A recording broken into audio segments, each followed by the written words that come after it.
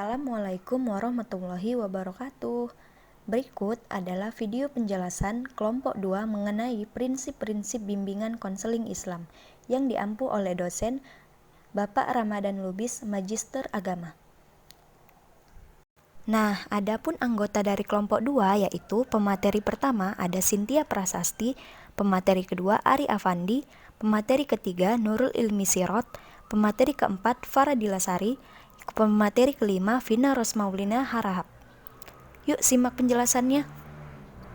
Baiklah, saya Cynthia Prasasti sebagai pemateri pertama akan menjelaskan tentang pengertian prinsip konseling Islam, di mana prinsip dapat diartikan sebagai jati diri yang menunjukkan tentang ciri khas sesuatu.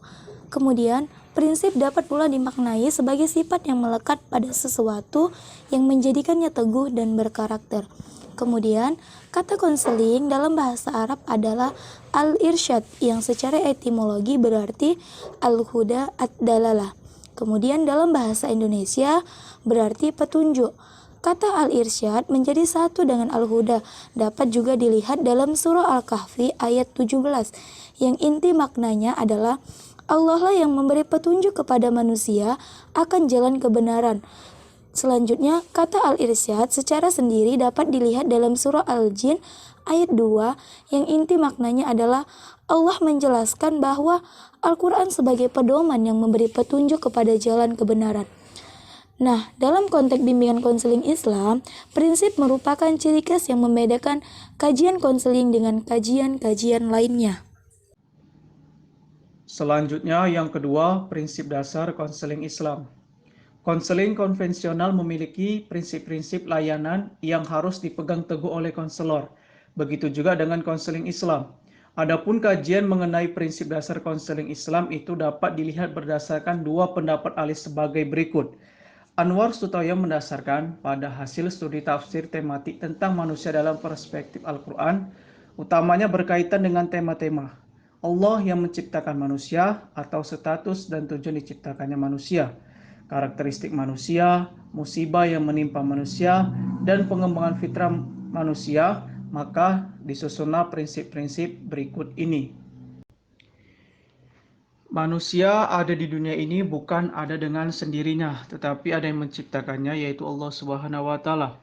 Ada hukum-hukum atau ketentuan Allah yang pasti berlaku untuk semua manusia sepanjang masa.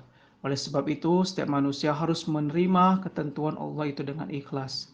Manusia adalah hamba Allah yang selalu beribadah kepadanya sepanjang hayat.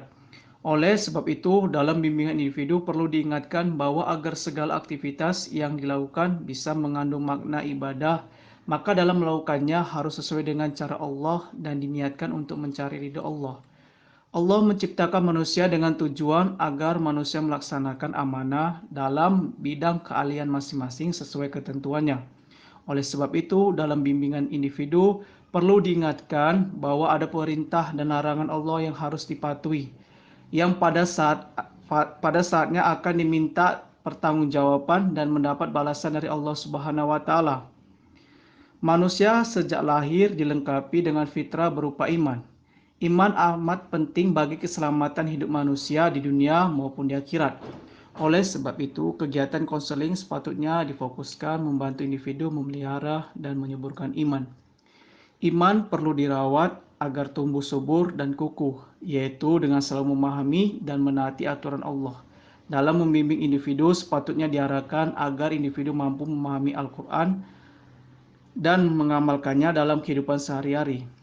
Islam mengakui bahwa pada diri manusia ada sejumlah dorongan yang perlu dipenuhi, tetapi dalam pemenuhannya diatur sesuai tuntutan Allah.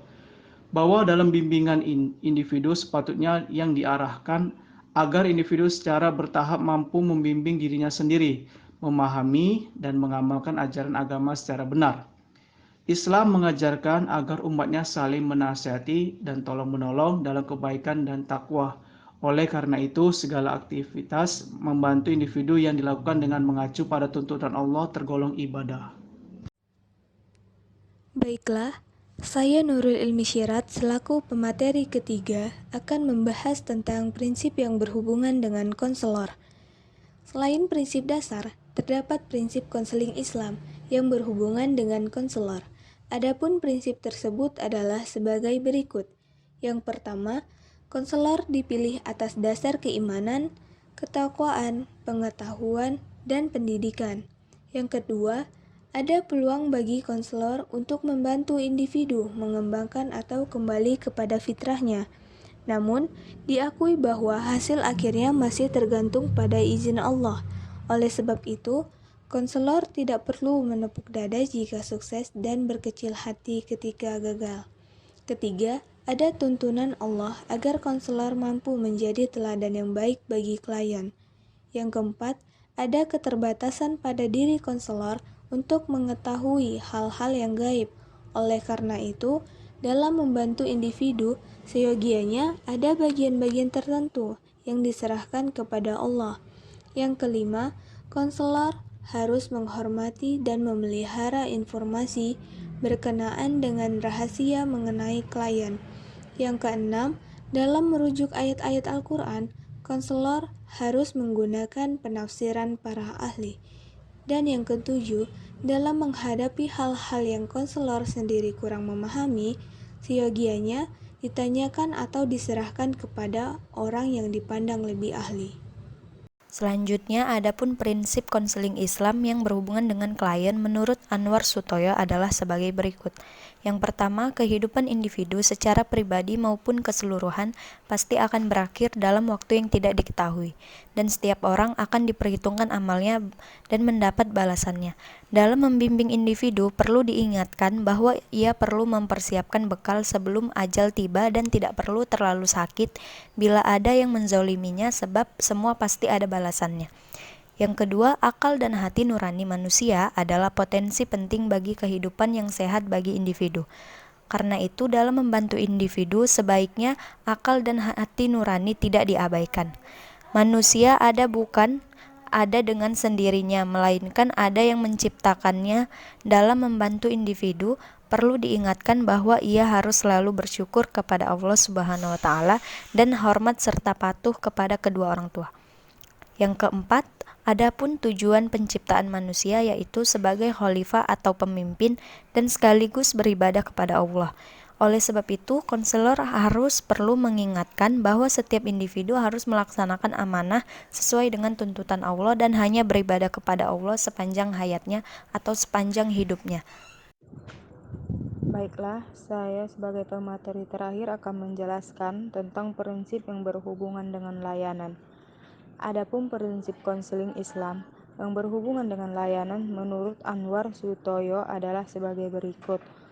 Pertama, ada hal-hal yang diciptakan Allah secara langsung atau kun fayakun. Tetapi ada pula yang melalui sebab-sebab tertentu.